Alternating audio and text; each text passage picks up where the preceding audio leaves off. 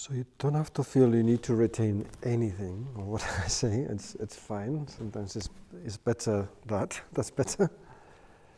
So for me, I guess the first, when we talk about sitting, the first maybe elements that I would start with is the body. So we covered that a little bit. Essentially, there is a body. And then there is the other element, is the mind, or for me in this case is the attention. So what do I do with the attention? So the two elements, body, and I call these foundations because they are the two elements that I'm initially starting to work. So the body, which in this case, we're talking about posture, which is important. That's one element. It's important to have, it doesn't matter if it's half lotus, full lotus, or chrysanthemum, but a posture that will support your sitting meditation, finding your posture. And it does take time to find one posture. It does take time. So it can be a beautiful process or challenging process, but there is such a thing as finding your posture. Something to consider, especially in the Zen tradition. So when we talk about the body, we are talking about the physical sensations that range. Classically in Buddhism, there's pleasant, unpleasant, and neutral. And I think Tai added neither pleasant or both pleasant and unpleasant. And then there is the breathing. So the breathing is within the body itself. And the breathing has a sensation. So that's the kind of domain, what I would say, this is the domain. And then is the attention that comes to this domain, if that's the right word, which is the physical reality of our body.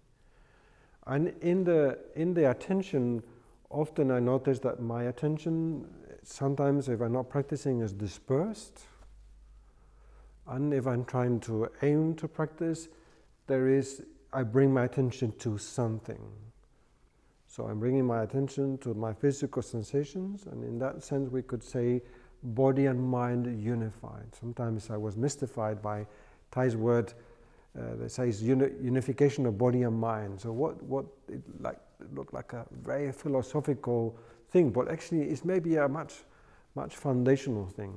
It's much more concrete. So I'm sitting, I'm aware of my posture, there is a posture, and then I'm bringing my attention where? What do I do with my attention? I'm bringing, for me, initially, everyone is free, I'm bringing to the sensations of the body. So for me, I start with bringing my attention from my head, and we've heard Tai say that very much, you bring your attention, you don't have your attention in your head, you bring it down, especially if you're doing walking meditation. So for me, what helps me is to bring the breath more deeply into the belly. It doesn't work for everyone. In one of the courses, a lady said that it feels very uncomfortable to go deeper with the breath into the belly. But that's fine. But for me, what I feel when I take a few deeper in-breaths and I go deeper into the belly, to the abdomen, it feels grounding. For me, it feels quite grounding. And then I can disengage a little bit with the activity of the mind because my attention is going down here. And it feels a very pleasant sensation. And for me, I can take quite a long in-breath and it feels like it's very grounding. And in that grounding process, I begin to feel more of the body itself. So the tangibility, is that a word? Tangibility, tangible? The body, as I bring down my attention into the body, into the breath, I begin to feel the body as a foundation. So it's quite a physical sensation. The sensation could be pressure, could be tingling, but it's quite tangible. Yeah. So this is how I would start. Let's say the sitting meditation. The domain of the body and the domain of the attention, and bringing the attention to the elements of the body.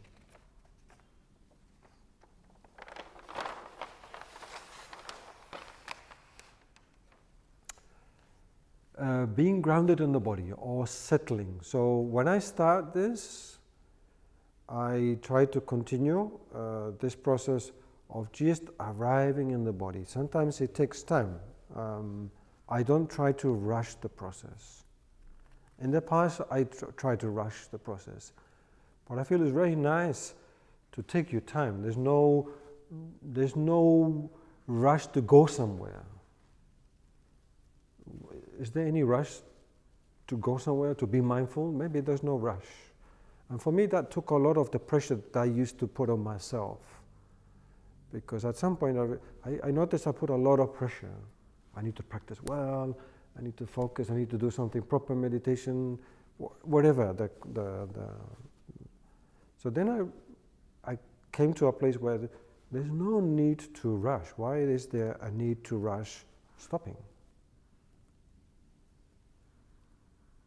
There's no need to rush. So I allowed myself to take my time. I allowed myself to take my time to just gently, slowly drop. And I used an image that maybe some of you are familiar about the apple juice or the orange juice, that you made fresh orange juice and then you left the glass somewhere sitting for a few moments, and then all the solids go down to the bottom, and then the juice becomes clear. I think that happens for some juices, not for all of them. And that's an analogy for meditation that he used in some of the books. The other one is to throw a pebble into the water, and the pebble just slowly goes down to the bottom and then sits in the bottom. That's another analogy of meditation. Very simple, but when you begin to apply the process, it's quite deep. So allowing that natural process and not interfering with it, or the interference becoming part of it, is one way. There are many ways to sit, to sit. So when I say awareness of the body, what does that mean? So for me, it means there's a sense of body sensations. It could be weight, tightness, pressure, temperature, tingling. And I mentioned previously to make the emphasis on the pleasant sensations, because for me, in order to start the process, it's much better when I focus on the pleasant sensations. And there are actually a lot of pleasant sensations. And this is not a philosophical thing. It's actuality. When you're sitting and you begin to relax, you begin to settle, you begin to notice there are some pleasant sensations. Yeah, there is pressure here. So I can begin to notice that. And as I'm gradually arriving, I begin to notice different sensations appearing in the body. You may have noticed that in the sitting. So this becomes my focus of my awareness. This is my intention, to be aware of these sensations. And what happens when I begin to pay attention? For me, in the first sitting, I begin to notice that there was a pleasant sensation in my right leg. And as I began to notice it, it began to expand. So whatever you bring your attention to, sometimes it grows, it amplifies. So in this sense, what the pleasant sensations, I began to notice the tingling, pleasant sensations, and I notice it begins to expand. And as it begins to expand, also my feeling of relaxation starts to grow. I notice in my belly I'm holding, can let go a bit more. Often it's very much about recognizing where I'm holding and starting the process of actually really letting go. Often the other thing I noticed, which is quite strange, is that I'm sitting on a cushion and part of me is not actually really sitting on it. I'm not really resting. It's like I'm about to stand, I'm a millicentimeter away from it. And then I noticed that there's no need to do that. I can really let go. So then I'm really starting to sit on the cushion, to let the weight of the body settle on the cushion, to land on the cushion or land on the chair. Because again, there's no need to do anything. But part of me is like, I don't know, maybe I'm too used to doing that I'm not used to, let's say, being, right? So I'm starting the process of kind of begin to settle. Allowing the process to unfold. And often within that, if I notice my awareness is a little bit not very clear, that is when I come back to the breath and I take a longer in-breath and longer out-breath. Because that, for me, helps stimulate something. It stimulates more awareness, more clarity, more presence. So I'm using that breath to energize, as I say, my system, or harmonize. So in science, there seems to be that the in-breath has an impact on the nervous system. The breath has an impact on the nervous system. The in-breath affects the sympathetic, which is the more like action-oriented part of the nervous system. And the out-breath has an effect on the parasympathetic, which is the capability to rest. So harmonizing for me is bringing equilibrium to that activity of the nervous system. And that again has an effect on the body. And that again has a pleasant sensation on the body. So therefore you bring more attention to the present sensation. So it's a positive loop. Yeah. The same we could say for the awareness of the breath. So often when I'm beginning to be relaxed in the body, then I can begin to notice the movement of the breath. I'm not going to jump on the breath and wrestle it, or I'm just recognizing where the breath is happening and how is it happening, and the sensations of the breath. So for instance, I may notice the air coming into the nostril, and knowing the effect, it has an effect on my mind. It has an effect on my awareness. So I may decide I want to continue noticing that, because the rest of my body is pretty much okay, it's quite relaxed. And there's ease, there's a sense of calmness. There's no obstacle. My mind is not busy. So then that's when I can bring my more focused attention to noticing how the breathing. And I say the nostrils, it could be anywhere.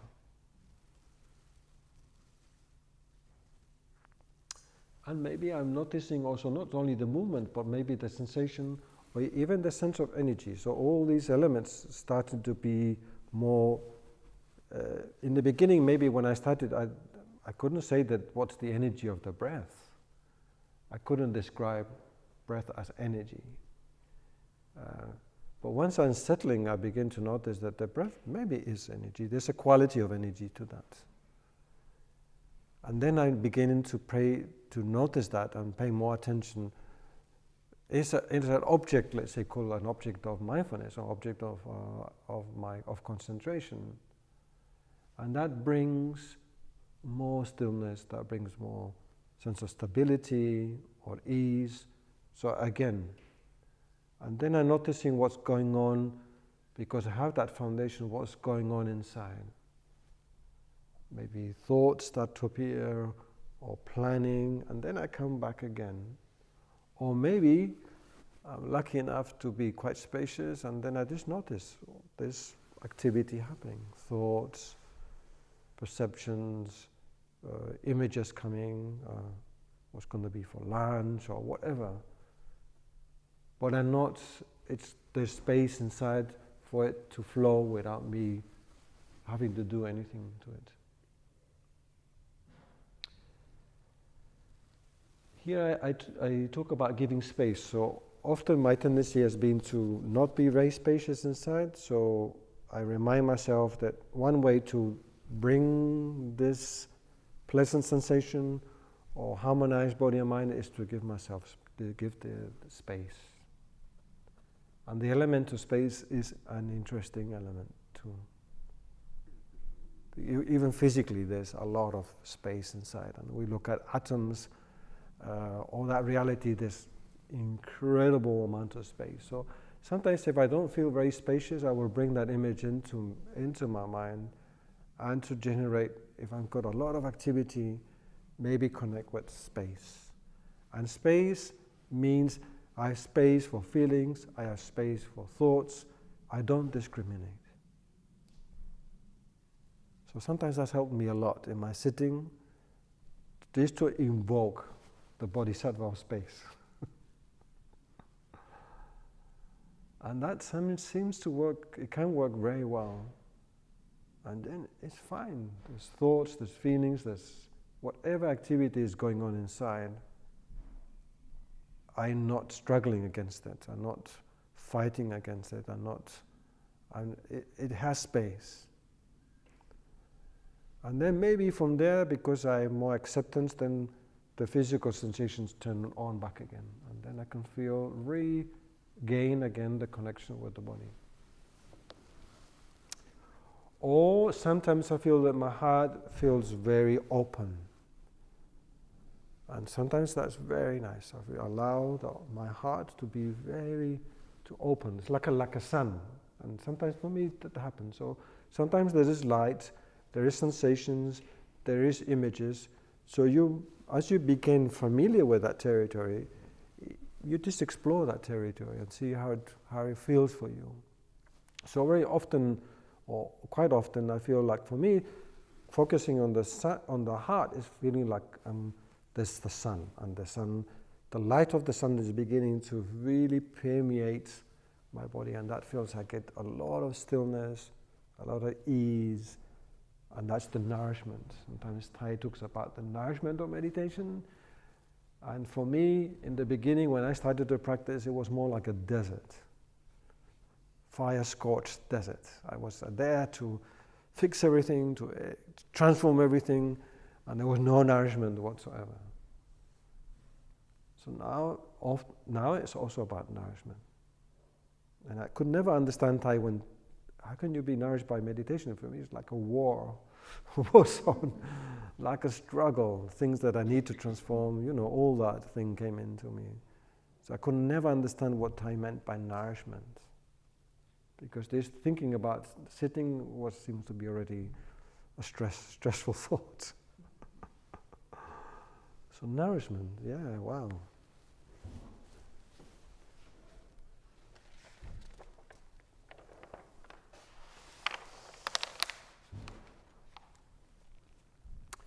When we talk about attention, when you're quite spacious inside, there's a lot of places where you can bring your attention. There are many places. So sometimes when I'm sitting and there's enough, I'm pretty at ease, sometimes explore with the kind of global sense of the body. I'm not saying that you have to feel the body, everything at the body at once. But sometimes as you're sitting, sometimes you can get this kind of very general sensation of your body seated in a space. So a little bit like what I said with the walking. There is communication between you and the environment around you. So sometimes that's very nice to do. Get a kind of, instead of focusing somewhere on the breath, you maybe just feel your body in this space. So it's a kind of a much global, and that can last for a while, and that's very pleasant. It's quite a pleasant thing. Or in the beginning, you may want to focus like some very concrete sensations. For instance, the sense of pressure. So that's something very concrete. Especially in the beginning, you may need to be more grounded. So my knee is on the ground. There's a very clear sensation of pressure. So my attention is landing on that, and I'm trying to remain with my attention there. And often when I do that, I notice that there's more elements of pressure in different parts of the body, and that's what I talk about, expansion. And it doesn't feel unpleasant, yeah? It's not unpleasant. It's just sensation of pressure. And maybe you begin to know more of the awareness of your body being in touch with the ground. Oh, well, that's not my knee. There is much more. And then you feel more grounded because you're beginning to notice much more of the body. Instead of being something conceptual, it's becoming something much more tangible. Okay, so far? Following? Or yeah, it's okay? Good. I just want to check. The same can happen with pain. Normally, in the beginning, often I'm sitting and then my knees feeling very painful and seems to be everything. There's only this massive pain here. There's nothing else. And that is an obstacle. It's an obstacle to my meditation. But again, it's very interesting to explore pain, because pain is, if you bring your spacious awareness to the pain, it's moving all the time.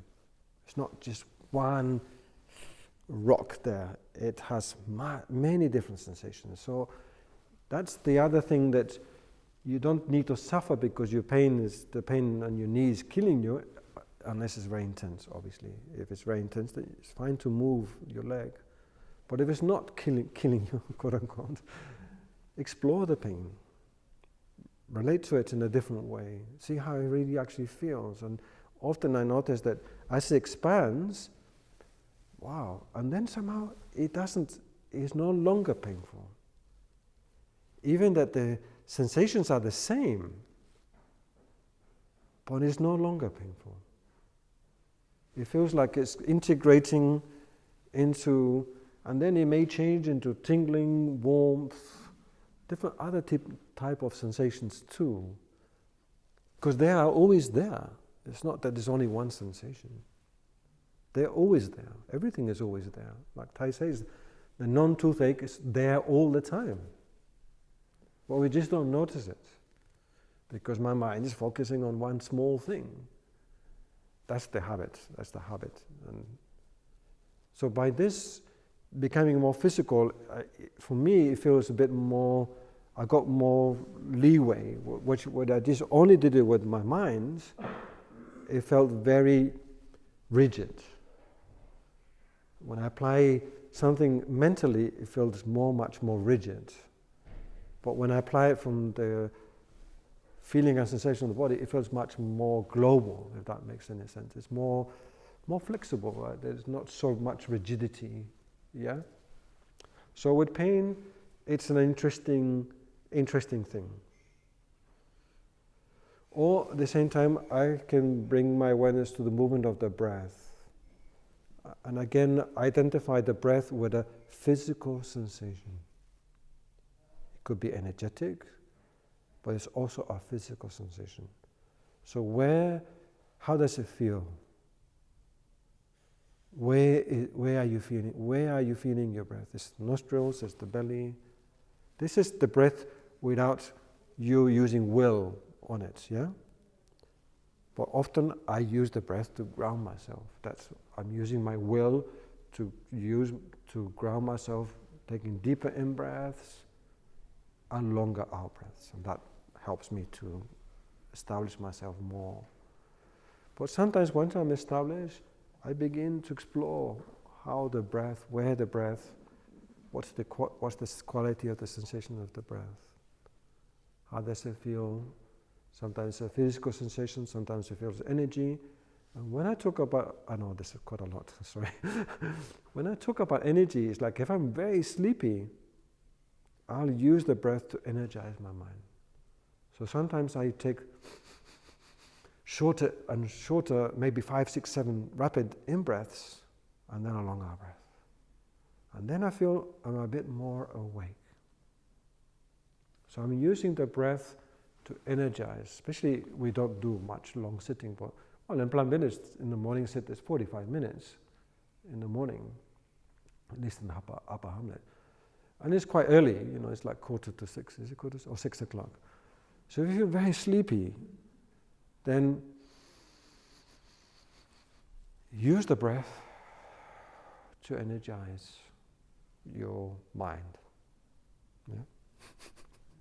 A lot to remember, but this is recorded, so if you want to listen to it again, it'll be available. So sometimes the best thing, when I started to practice, there was a song of the Beatles called John Lennon, I think, Let It Be. Is it John Lennon? And it was really helpful because I struggled a lot in the beginning with my practice, and this word came back all the time, let it be. So that's a good practice in the sitting meditation also, is let it be. Let it be. Which is letting go. And sometimes it takes time to letting go. And for me, I felt it's important to respect your process of letting go. Don't rush letting go. Don't try to be polished, the polished meditator, and everything is nice and tidy and perfect. Because you may put a lot of things under the rug that will come out afterwards. So don't rush letting go. I cannot transform in one day, 1 year, 10 years, all what I've inherited from my ancestors or my society or the suffering. I was in Auschwitz a couple of years ago. I did a retreat in Auschwitz, 10-day retreat. That suffering is not going to go anywhere very soon. It's going to take a long time. So I cannot ask someone that has a lot of suffering, just let go. It's not going to work. First, because I have not perhaps accepted the suffering, or I have not recognized the suffering. And in my simplicity of thinking, I think, I know my suffering. Well, maybe I don't, in fact. So letting go is a process. Letting be allows you to the pain to be present. To my thought process to be present. That's what I call space as well, having space. So sometimes you may need to have a tantrum in your sitting. Internal tantrum, I mean, yeah. If you need to shout, maybe go somewhere else. But so maybe that's very needed. I mean, I know in England we're very polite and we want to be very together, but maybe sometimes we need to fall apart a little bit. If it's appropriate. I mean, sometimes we need psychotherapy support, and that's also very important. So letting go that's why I say slow down. Be respectful. Be kind to yourself. Be kind to your suffering. Thai says that all the time. I mean, maybe we just need different ways to understand what Thai is saying, because I understand it in one particular way, but maybe I listened to Thai say some words for decades. Yeah, decades. At least 2 decades. But maybe it's that I'm not understanding him correctly. Maybe I have to hear him from a different angle. And then that makes sense. So in sitting meditation it's the same. Don't have a menu. No. Give yourself the opportunity to feel, see what's happening, what is going on. Don't have a formula. Sometimes you need the vegetarian menu, sometimes you need the vegan menu. You have to try different things in order to understand yourself, because at the end of the day it's about healing, it's about understanding, it's about transformation. And we don't know what that necessarily means all the time, although I may think I know, I understand, maybe not. And in sitting meditation, that's very easily revealed, it becomes more present, especially if you sit longer. So letting go is a process. So let's not be in a rush to transform everything, to let go of everything. How come I'm thinking? There was another lady from a sangha in South Spain. She said, I keep thinking a lot in my meditation. I thought, Is that a problem? Does it need to be a problem? Or why is it a problem? Why is it a problem? Or how are you making it a problem? I think a lot in my meditation. What she's saying is that I don't want my thoughts to be there in my sitting meditation. That's what she's saying. So from the beginning, she may already be in the wrong path. Maybe that's not the way to do it. Maybe there's a different way to do it. And that's something we discover for ourselves. It's like understanding Thay's Dhamma talks. It took me ages to understand Thai Dhamma talk, or understand how to process Thay's Dhamma talks, or how to understand how to apply Thay's Dhamma talks, or the practices that he's saying. Because when I listened before, I could identify with all the negative things. I had to do this, I have to do that. Oh man, I have that as well. Now I have to transform that. So I had a long list of things to transform. But then I applied a bit of wisdom and said, okay, yes, I have this suffering, but maybe I don't need to do it. I don't need to clean it up right now. So you begin to use wisdom instead of just an intellectual understanding to your process. Yeah, there's a lot there. Then, of course, it comes at a time that is important to ground your attention. I mean, that to generate more concentration.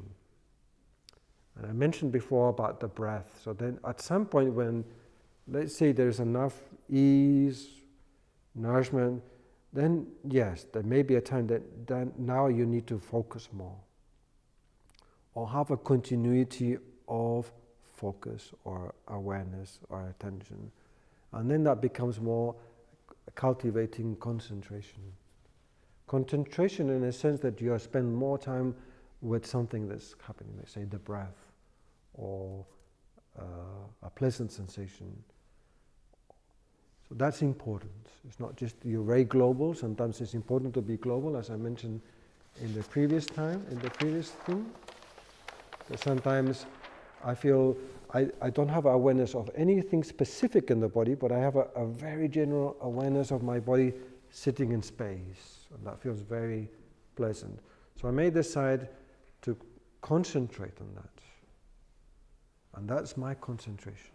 I'm going to be steady with that. I'm going to continue, bring my attention to that, or sustain my attention on that.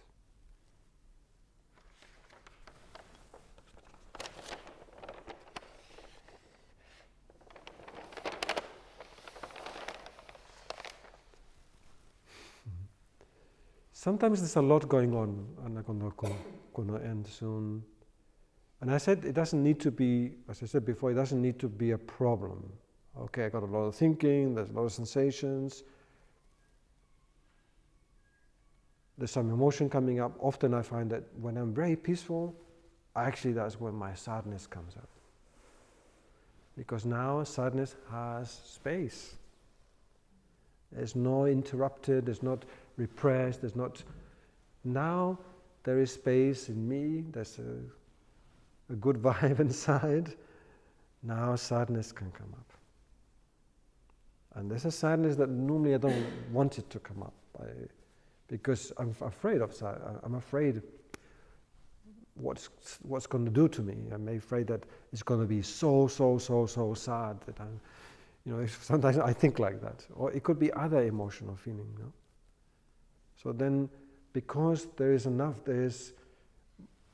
well-being, the heart is gentle, there's soft, then I can begin to let sadness or other feeling or emotion to really be more present. So like I mentioned before, mental formation. And because I have a good foundation in the body, then I feel it's not going to completely overwhelm me as before I may have felt that's going to be very overwhelming. Or I can also use the breath. Sometimes I feel like I need to use the breath in order to process the sadness or the tears are coming up or pain, to be with that, like a sense of loss, grief, or other suffering. That often we are very busy, I'm very busy, I'm doing a lot of things, I don't have any space for it, but then it can arrive. Or, as I mentioned, it may not be emotional, it may be a pain. So now I'm going to practice relating to this pain, or maybe to the mental activity. Sometimes there's fantasy. Okay, that's an interesting one. So normally in the past I consider fantasy shouldn't be there. I'm not mindful if there's fantasy. But now I see a fantasy coming up. Could be anything. Okay, so what is this telling? Does it have any substance to it or not? Sometimes a fantasy is just has no juice to it, but sometimes is maybe related to something else inside. Maybe there's a need, or another situation, or I'm avoiding something. So I don't necessarily judge what's coming. I try not to judge what's coming up in my mind, because I may need to give it space. I may need to take care of it. I may need to be with it. So sometimes fantasy is an interesting thing, to be with a fantasy. Because maybe it's a need. Maybe it's a need for me to be more grounded, or be nourished, or take care of our needs, or us, That it's like my body and my mind is telling me things. So I need to listen what it's saying, become familiar to this language and what it's saying to me. Sometimes that is very needed. Instead of trying to push everything away, and I'm just going to be mindful. And all the rest is compost. Put in the compost bin. No, maybe there's flowers in there. Let's bring the compost back. Maybe not very pleasant all the time, but this is this place to do it. That's the place to do it. Sitting, walking. Okay, I think I'll conclude there.